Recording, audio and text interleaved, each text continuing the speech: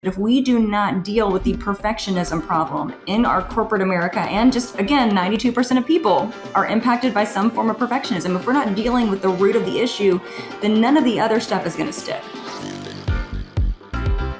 Hello and welcome to another episode of the Mark Groves podcast. I am so pumped to have my good friend Vitale Buford Hardin. Buford. Okay. We just practiced this a bunch of times and then I got it wrong again. But I'm not a perfectionist, which we're going to talk about. Exactly. Which sets us up nicely, not even planned. Although I do want to get your name right because to honor, and congratulations, married, all the things. Thank you. Well, I'm excited to be here today. Yeah, I'm excited to have you. This subject of perfectionism, I see so much of this conversation. I know this impacts relationships, but it impacts individuals so much. Right. And so can you speak to maybe how that presents? Because maybe not someone who might be a perfectionist, but not identify as one, just the collection of behaviors, that kind of thing. So perfectionism is when we define ourselves externally. Right? When our self-worth is defined by internal and external pressures. It's when we are outsourcing our self-worth, our intuition, and our decision-making to people and circumstances outside of ourselves. So again, we're defining ourselves by these external circumstances or by these internal pressures to be what we think we need to be externally. And so symptoms of perfectionism are like imposter syndrome, right? We don't speak up. We're in a meeting and we don't, share our brilliant ideas because we're afraid of judgment, or maybe what I say is going to sound dumb. Unrealistic expectations of ourselves that we then project onto others. People pleasing, right? We need other people to be happy for us to be happy. Control is a major one. Control is one I'm still working on the daily basis. It's when we aren't able to manage conflict effectively, right? So we either avoid conflict or we bulldoze it. And then it's that obsessive thinking, indecision, analysis paralysis, workaholism, right? We define ourselves by our work, so we're constantly working, that need for external validation. So those are some of the ways. Procrastination, those are some of the ways that perfectionism can present itself. And I would imagine because those all sound like stressful experiences, and are they happening on a conscious level mainly? I would say conscious and subconscious. Perfectionism is one of those, it's a coping mechanism that's born in our childhood. So for me, I grew up in a home with two workaholic parents and an alcoholic mother. And the only time I ever got love and attention was for what I looked like and for my grades, right? And my extracurriculars. So I learned, okay, my worth is identified by my grades, these outside achievements, what I look like. And so I carried that into adulthood. Why does it seem like, people who seem to be sort of trained, as you said, to be sort of performance love, I get the thing, I get the affirmation, or right. I get criticized even no matter what, no matter what grade I get. They tell me if I get an A+, then they'll love me. And then they're like, why didn't you get the extra bonus point or whatever it is? Why does it seem that we play whack-a-mole with it? Like the moment we achieve a job promotion, we don't even take the time to celebrate it. We're already on to that. Well, now I need this. It seems like it's a curse of never actually getting, like it will never be perfect. Like it just can't. That's the nature of life. Well, because it's unattainable, we continue, to chase it and chase that next high, right? Like it feels good to have that achievement now, but what's the next one? And we're never present when we're in perfectionism mode, right? We're not living in the present moment because we're constantly chasing and we're in this space of never enough. So it seems like it's a never-ending benchmark, but it also is the source of our motivation. So that kind of, or the source of our hustle. We might then be like, well, how do I hustle without it? Like, how do I achieve if I'm not this way? Right. So for me, like most of the work I do is in the workplace and in corporate America, corporate cultures, and I teach people to lead with excellence instead of perfectionism. Right. So we want to lead with excellence. But a lot of people come to me and they're like, well, Vitale, I've achieved a substantial amount of success under the guise of perfectionism. So why do I want to do anything differently? And, perfectionism impacts our ability to be productive, innovative. And so when we can remove that perfectionism limit, we actually achieve more and we achieve the same work product and more without the anxiety, the indecision, the obsessive thinking, that anxiety, all of those external things. So imagine all the energy that you spend on anxiety, obsessive thinking, overthinking, that negative self-talk over a typo in an email. It all goes away. That seems too simple though. Like, how does one, like I hear you It's a and I'm process. like, that sounds amazing. But I remember one time I was applying for a job, which is the worst time to do this, but I spelled in the deer. I put the wrong name, like spelled his name wrong.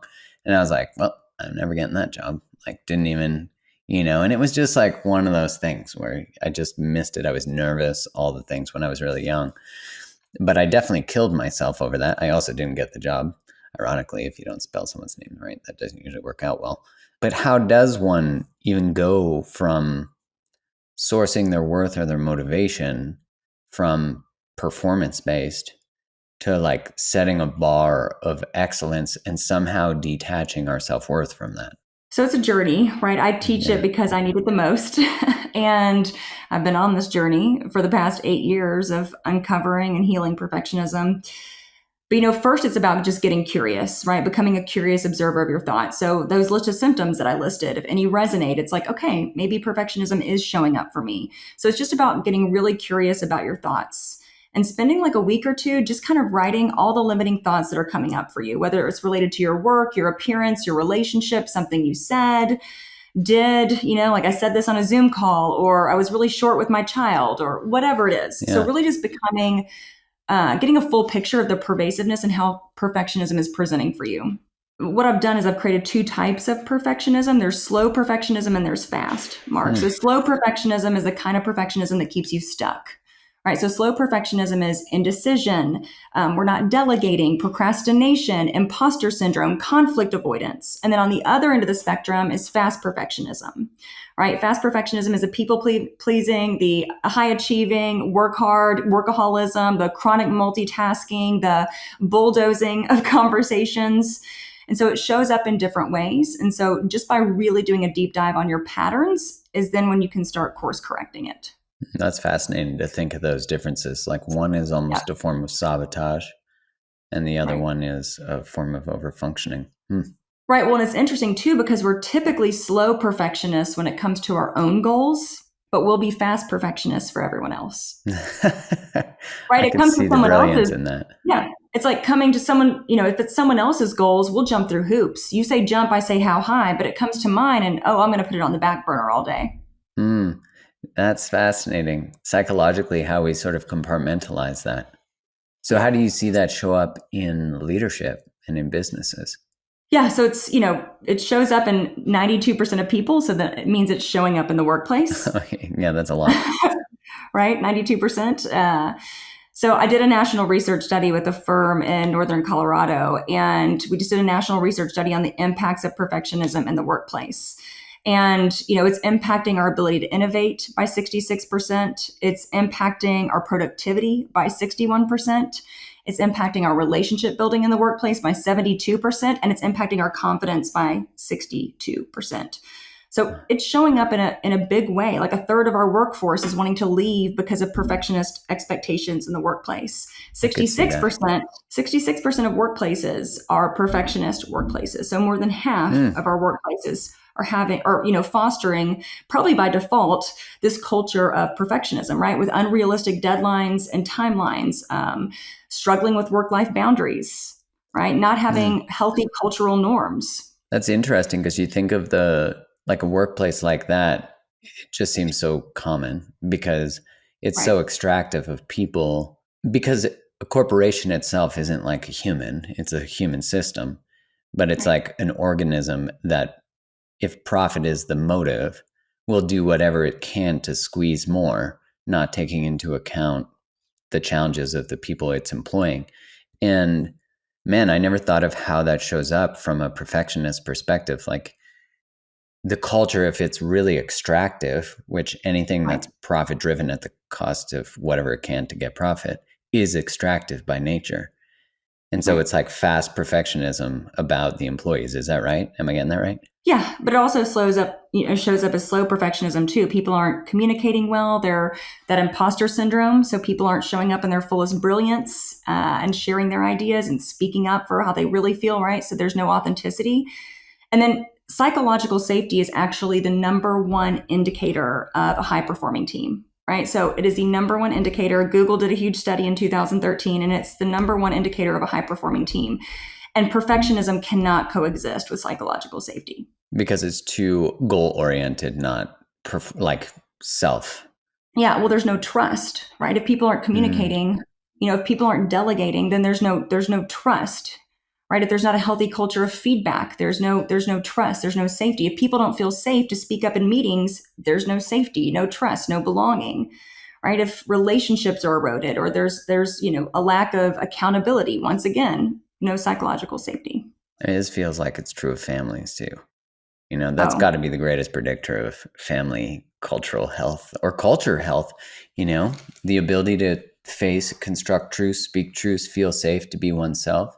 I think that's true of like relationship, of intimate romantic relationships too. And often all of these things are constructed on the facade or the person I think I have to be. My schedule can often be pretty busy, and I'm sure you can understand the world kind of grabs at me from every direction. And I think all of us experience that. Social media has really created that. And I take CBD every morning to help with the management of that stress, what can sometimes almost feel like the edge of overwhelm. And one of my favorite products from the brand Cured Nutrition, which I've had the founder on here, super aligned with the brand. I love them. And they have tons of different CBD products, so you can find the one that really aligns with you. And the product, as I was mentioning, that's a favorite is called Rise. And it's a full spectrum CBD. It's got mushrooms in it, it's got adaptogens, and so it creates this trifecta that has been a real game changer for me and my focus. I definitely notice a difference when I don't take it. I'm sharper when I take it, I feel more creative, and right now Cured is extending an exclusive offer to you, my listeners. You can grab any Cured product for 20% off by visiting curednutrition.com/createthelove and use the code createthelove at checkout. So that's CURED nutrition.com/createthelove, and the coupon code is createthelove at checkout to save 20%. Which I think is companies too. You see, it seems to be like those are changing, like cultures are changing. It seems like younger generations are not really into it. They're like, nah, not into the 8 to 5. Like I was thinking the other day, I was talking to my friend Sarah Swain, and she was saying, like, who even came up with that? Like, who came up with 8 to 5, 5 days a week? Like, why not 10 to 2, Tuesday to Thursday? Like, I'm like, yeah, like, why did we all, well, certainly none of us got together and made this, oh, this is a right. great rule. Corporations were like, how could we maximize the use of humans to create Right. more?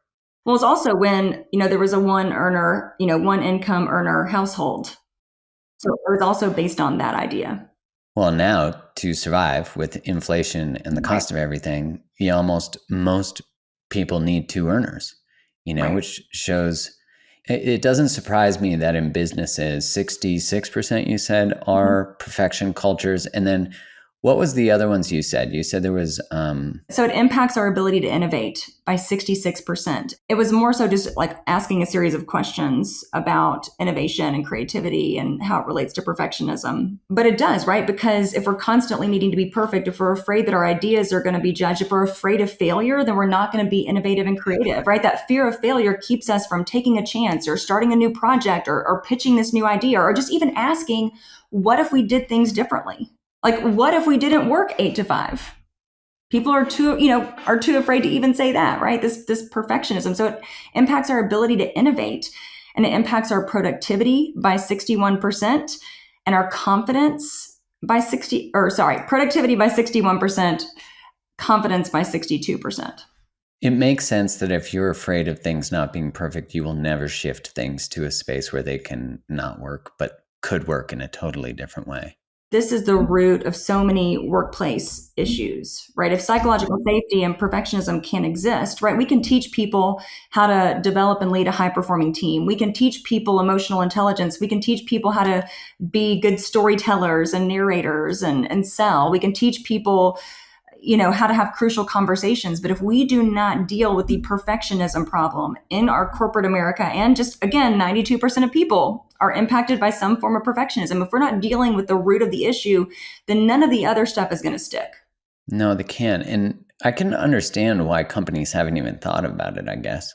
Because I think companies now are starting to see the need, to teach relational health, to teach mental health, or to have access to mental health resources because you think of it at the core, as you said, of perfectionism is some sort of often like learned behavior from childhood. And, previously workplaces were like, I don't want to, like, let's Yeah. just stay. Your childhood's your childhood. You come here from 8 to 5, you punch in, you punch out, you shut the fuck up. You know, you have coffee, you chat around the water cooler, but let's just keep it in the zone, And now you see people really, instead of a place that they went to escape their life, their work, now it is a part of their life. And I think really workplaces that are prioritizing the whole human, which seems to be true of actually every aspect, medicine, all the things that we're actually taking into consideration, the whole person.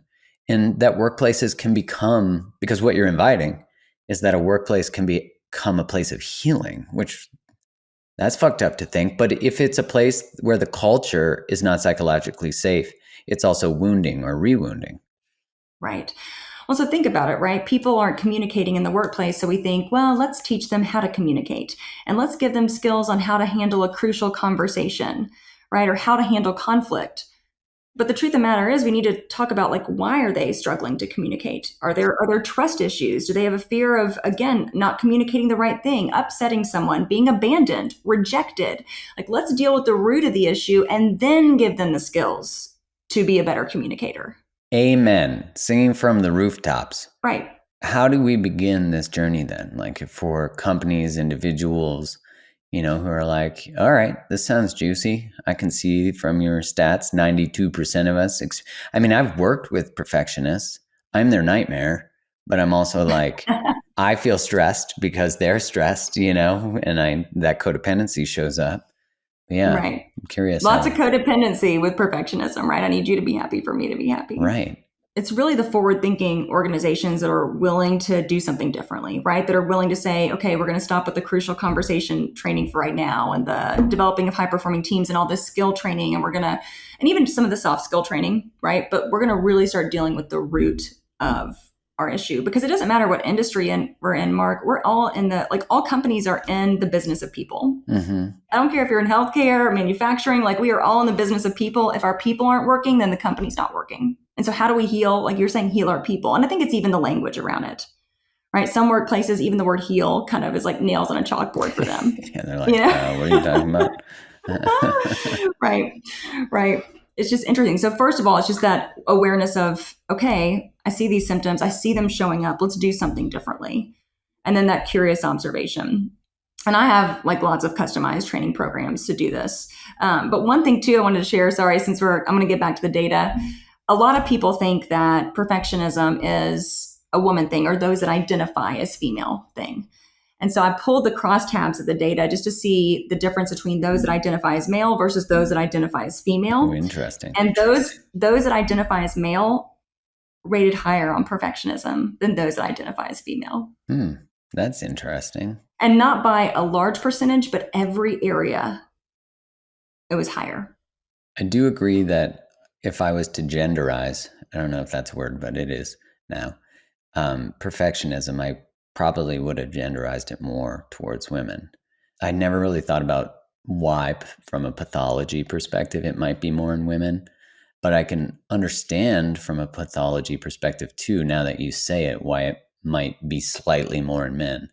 I think when you look at the research on gender, the difference between men and women is less than the difference within men and within people who identify as women, which that at least gives you some spectrum as a person. You're like, oh, good. Then I feel like this is more of a male thing or this is more of a female thing. But really the spectrum within our own genders or how we identify are actually quite vast.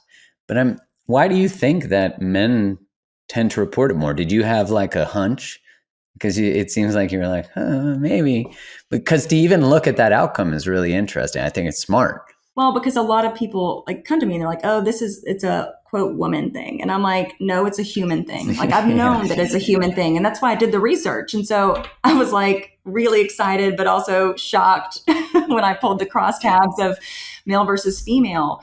Then I don't know if it was because the survey was anonymous, that maybe those that identify as male thought that they could answer. Yeah, they could be like, correctly. Okay, this is safe. Right. And then maybe those that identify as female, maybe we're trying to answer too perfectly, if you will. in the survey. So, but They're like, I I I can't haven't show gone this. that deep. I can't show that psychology between the answers, but yeah.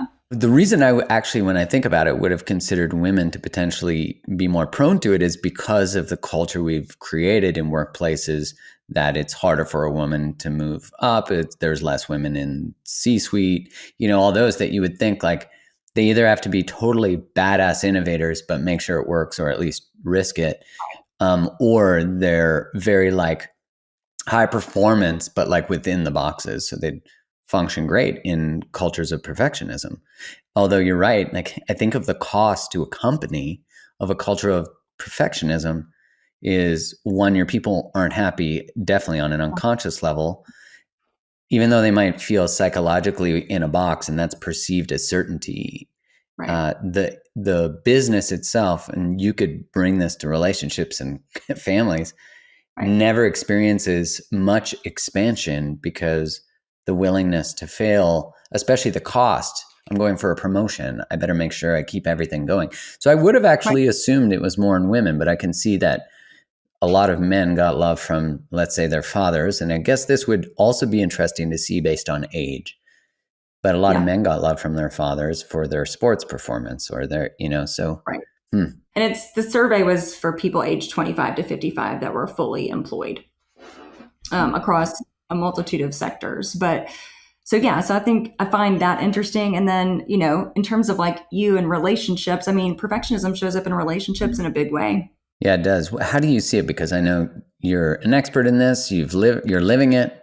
so nothing like being immersed in our own data. How have you seen that show up relationally? But then also, you've worked in organizations. How did you see it show up for yourself in an organization, and the sort of correlation to your personal, if you don't mind? So for me in the workplace, when I was leading teams, like when I was in corporate America, for me, it showed up as like I was super critical of my team because I was critical of myself.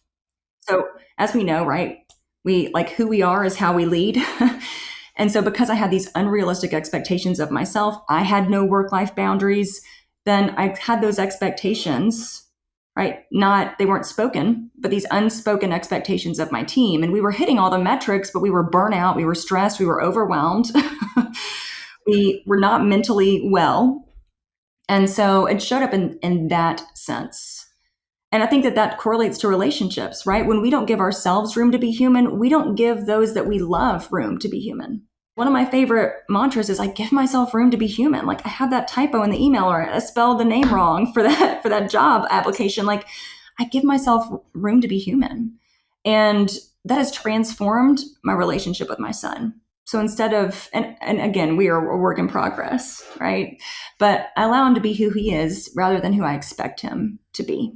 That's beautiful. It's such an interesting paradox there that you were speaking of, that the more you allow it for yourself, if you don't allow it for yourself, you can't allow it for others. It shows you how important the work is, because especially, obviously the outcomes of our businesses are really important in our work. But like when I think about how it affects our home or how it affects our relationship with our child, you start to see the same patterns move down your family tree, because the father or mother or both that were outcome oriented and only paid attention to us, maybe because they were busy, maybe because they were addicts, maybe whatever. Either way, we then become outcome oriented to our child, maybe overtly hard on them. And I think I'm not a parent. I always qualify that, which Erin Sky Kelly, our friend, says qualifies me to give the best parenting advice. Right. She said you give the best parenting advice till you're a parent, and then you realize there's none. It's really hard. And I do think as a parent, though, that the importance of our relationship to our child and healing the things, because I think we're in a generation and a few generations now where we have more information that we can start looking up the family tree and looking at our own stuff. And then we kind of go, fuck, like I got some things, which everybody has some things. And then we have somewhat the resources to look at them. And I think what a gift of a company, Right. to provide the opportunity to look at these things, looking at it in the context of work so that HR feels good about it, but But actually that perfectionist experience at work, because whenever I teach relational, we taught the science of influence, things like that. I did consulting programs on that, programs on sales, communication, relational stuff. What I saw nonstop and still see is that it gives everybody in the crowd, especially men, an excuse to finally look at relational things. And when you look at the research and the crossover between workplace things and relational things, you see that it's all the same stuff, It is. I just think what a gift a company can give someone to have them do their healing. Like that to me is like the profound way that all businesses should move forward. Right, because we're in the business of people. And so if we can heal our people, then we heal our workplace. We heal homes. We heal, generational trauma. Yeah, wouldn't that like to have workplaces be the place we heal generational trauma? Like you take a workshop from Vitale and then you go home and you improve your relationship with your child. Like that. And your workplace becomes higher performing. When you heal the relationship you have with your child, and I get a lot of questions about that. They're like, well, what steps do I take to help my child with perfectionism? I'm like, that's not what we're going to do here. When you heal yourself, you heal your child. Right. Right. When you heal yourself, you indirectly heal all of those around you, colleagues, significant other, whatever it is, you heal those. So it's really about focusing on, being in your lane and healing your lane. And then all the other lanes are healed too. What's the feedback that you see from employees when they come to a workshop on perfectionism? They're like, oh, we got another one of those corporate trainings, 7 habits of highly effective people or win friends and influence people. And then they get in there and Buford is in there laying it down. See, I got it there. Most of them are like, I didn't realize we were going to be this vulnerable. And I'm like, yeah, I should probably have some sort of, caution. Caution, whatever, emotions disclaimer. ahead. Yeah. Disclaimer that says we're going to go deep today. Like this is not surface level coaching. We're going to deal with, deep issues that are going to impact you significantly in all areas of your life. That's so beautiful. So how do you see people receive that? So for me, like one of the things I like to do is really create a space of safety, right? And so I share a lot about my journey about overcoming addiction and, my addiction to perfectionism. And so I share that. And I think when I can set that tone, then people's ability to be vulnerable, like their wall comes down. Not everyone's, right? Because some people's walls are like, panic rooms, but you're not breaking out that easily. Yeah. But just kind of creating that space of safety and vulnerability then allows people to feel like they can share safely and vulnerably. That's beautiful. To be able to do that in a workplace again, I'm just like, yes. It's awesome. Yeah. And you see those walls kind of come down and the people open up and their workplace becomes the source of that. Interesting to think that we're doing like inner child work and we're like going to our, right? Like I'm a salesperson at this place. Oh, I'm doing inner child work today. Right. But it's so powerful, right? We heal our inner child. Again, we heal ourselves. We heal those around us. So it's about dealing with like the root cause of everything. And then you can teach people the skills, but you've got to deal with the root cause. But people are constantly saying that their relationships were improved and they're more compassionate towards themselves, right? Because compassion and perfectionism can't coexist either. Compassion and perfectionism can't coexist. Right. That makes sense. You can't have grace and be a perfectionist. Right. Requires us to soften our edges a little bit.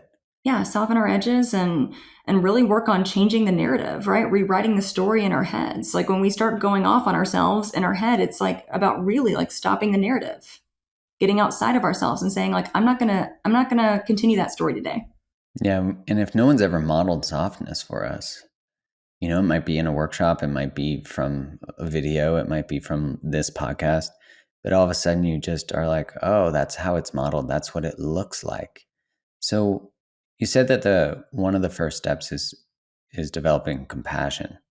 And then what? I'm curious, like, because having that gentleness with ourselves, it sounds to me like the inner critic would be kicking up a storm after that.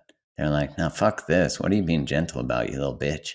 You know how it is. Once you see, you cannot unsee. Yeah. So once you people see the symptoms of perfectionism, and I'm always like, if you feel personally attacked by this list, no worries. They're like, I got everything on the list. Woohoo! Yeah, oh wait, I know. I'm like, you're good. I'm here. I'm holding space for you. You're in good company.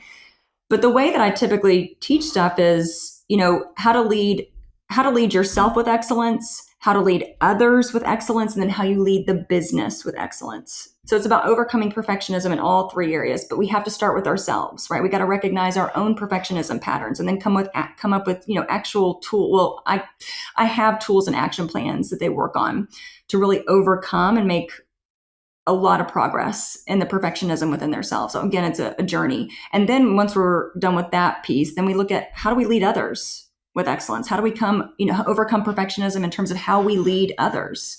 And we look at, trust, accountability, relationships, communication, and all those areas and how perfectionism intersects with those. How would you define excellence in all those spaces, or is it defined similarly? It sounds to me like my brain kind of orients to like being in integrity with it. But I'm curious how you define it. Yeah, I mean, I would say that perfection or excellence is about authenticity. It's about choosing growth over the need to be right, right? Choosing growth over our comfort zone. That's tough in relationships. I don't want to say anything, but maybe I've struggled with that. I have most definitely struggled with that and overcame and went through like a period of major growth of that just a few weeks ago. I'm so good at being right, though. Is that a problem? It's a problem for me, but I'm working on softening in that area. Me too. But excellence, like it allows you to achieve all of those things, right? So the difference in terms of like with competition, right? In excellence, you're competitive with yourself. Like, can I be a better version of myself tomorrow or today? Whereas if you're in perfectionism mode, you're competing with others, right? Excellence is about, communication and collaboration, where perfectionism is more about isolation, silos, working independently versus interdependently. I like these differentiations. So there are a lot of differentiators between perfection and excellence. But the main thing is you're able to achieve much more under the construct of excellence versus perfectionism because you're able to release all of that obsessive thinking. The negative self-talk, the criticism, the anxiety, the worry, right? You have the typo in the email and you're like, you know what? I give myself room to be human. I can do a double check next time, but like, I'm not going to let this run my day. I wish I'd known that at 22. The exhale, right? The exhale. Right. How did your perfectionism, just for people listening, they might really identify with it. How did your perfectionism and your addiction, how were they correlated? Because you've spoken about it before on the podcast. I feel very honored to have had you before speak about this. But I'm curious if you could share that correlation. It was that constant need to be perfect and be worthy. And so my addiction was a 10-year addiction to Adderall, right? And so Adderall allowed me to be really thin without trying, and it allowed me to work 28-hour days, right? So I'm climbing the corporate ladder, I'm thin, I'm not even having to try, like all these external things, this body image issues, like it quieted all the negative like body talk in my head, to be quite honest. Like I didn't have to diet. I didn't have to worry about what my body looked like. So it quieted all of those body image issues that had formed in my childhood. And then it also, again, like hit all those dopamine receptors in terms of like my need to be this workaholic and achieve, and, have everyone else outside of me approve of me versus me approving of me. Like constantly seeking external validation instead of saying like, what does Vitale want? Like I allowed everyone else to be the expert of me instead of me being the expert of me. So I would say the biggest journey, like the coolest thing about healing my perfectionism, and I have not healed it fully, right? But I've made major progress. Yeah. Well, it's that I've been able to come back home to myself. Like I know my intuition now. I can trust my decision making. I seek my advice before someone else. And so it's been really powerful, but it manifested as a 10-year addiction to Adderall. And then I got sober 8 years ago. What a powerful transformation too, because what you've turned it into, what you've discovered. I was reading a stat the other day. I forget what the stat was, but it was an alarming stat. And it was about, I just remember being like, holy shit. And it was the percentage of kids in college who've taken something like Adderall. And when I was in college, maybe that just wasn't something that people did yet, or I just wasn't around it. Because I don't know, if someone said you could take this and study really late. I'm such a last minute person. I also happen to really love addictions. So I probably would have taken it. I'd like to righteously say never, I said no to drugs that I knew would bury my life, but that type of thing, I probably would have been like, let's try it out. And inevitably, even the shadow part of me, when you said I never had to diet, the shadow part of me was like, that sounds great. Like Oh, I I'm was, serious. that sounds much easier than thinking about, what I'm eating and I just have to recognize that part because I'm sure for someone listening, maybe your brain went, oh, how do I get some of that shit? Instead of paying attention to why we want the shortcuts, why we want to escape the feelings of inadequacy or achieve through ways that are just not human. Like no one can work as many hours as you were working. And I just want to acknowledge you because I've known you throughout your journey just for how much you have created from this. Like since I've known you, you are, for anyone listening, Vitale is one of the most badass transformers I've ever seen. Like when she knows something, she changes it and she is inspirational and just, you're such an incredible person. And I've just been so honored to witness your journey and be able to learn from you. Thank you. For everyone listening, I knew Mark when he had like 35,000 followers, which was still a lot at that I time. thought that That was was still a lot. significant then, you know? That was still a lot. Um, well, and I think that's one of my purposes in life, right? Like I'm on this earth to teach perfectionism, right? Turn my pain into my purpose. But one of my other purposes is that I believe bigger than most people believe, and I will follow my dreams and make them happen. And I do that so that it can be proof that everyone else can do it. Like, I didn't like, the fact that I wrote a book does not make me special. It's available to everyone. The fact that I started my business as a single parent with no savings does not make me special. Anyone can do it. And so for me, I continue to do the hard things because I want people to be the fullest expressions of themselves, right? We only have this one life. It is not a dress rehearsal. This is it. And so let's be the fullest expressions of ourselves, right? It's not going to be easy. Never By is. any means, it's Yeah. not going to be easy, but it's all possible. Every single dream. Like, you're not given a dream or an idea or some creative nudge without having the ability to fully do it. I totally agree with that. That calling of the soul, there's an intelligence to it that says, just believe, just start. And isn't that ironic that that's the same experience of faith that we're asked for from churches? It's the same, just trust, just trust. Right. And then I think what's really just saved me as a business owner and entrepreneur is, like, you can't miss what's meant for you. Mm, mm. Like, you cannot miss what's meant for you. And that's allowed me, because as a perfectionist, for me, it shows up as I get really attached to outcomes and how I think things should be. And, I pitch to this new client and I can get really attached to whether they say yes or no. Right. And so it's, for me, it's like, no, like I'm not ready. It's not yet, or it's not meant for me. Beautiful. Something better is. And that's allowed me to be less competitive with others and really just be able to be my fullest expression. Beautiful. Well, Vitali, where do people find more of all of this juice? Because I love it. And it sounds to me like there's probably a few perfectionists listening and a Maybe. few people in businesses that would like to have you come in and suggest your workshops. And yeah, so how do people find more of you and your book? Yeah. Yeah. Thanks. So my book's called Addicted to Perfect, and you can find it on Amazon or Audible. And it's funny because the person who recorded my book also pronounced my last name, Mark, the way you pronounce Did my they last name. actually? The Yeah, people in who the recording. recorded But the book? yes, but I had to, again, I was like, whatever, I'll re-record it in a few years in my own voice. So I had to let it I go. nailed it the second time, just so we're clear. I did nail it when I last named you. Oh, I had to let it go. But in terms of finding me, I am taking a temporary pause from Instagram and Facebook for my mental wellness, and it's been amazing just for everyone out there. Well done. But you can find me on LinkedIn, and it's Vitale Buford Hardin, or you can just Google the Hardin Group. We'll link it all And out. then that's it. Perfect. Vitali, I'm so grateful for you. And again, I want to acknowledge you for your journey and what you keep creating from this. And I love that you said that your life, like the way you live, is proof.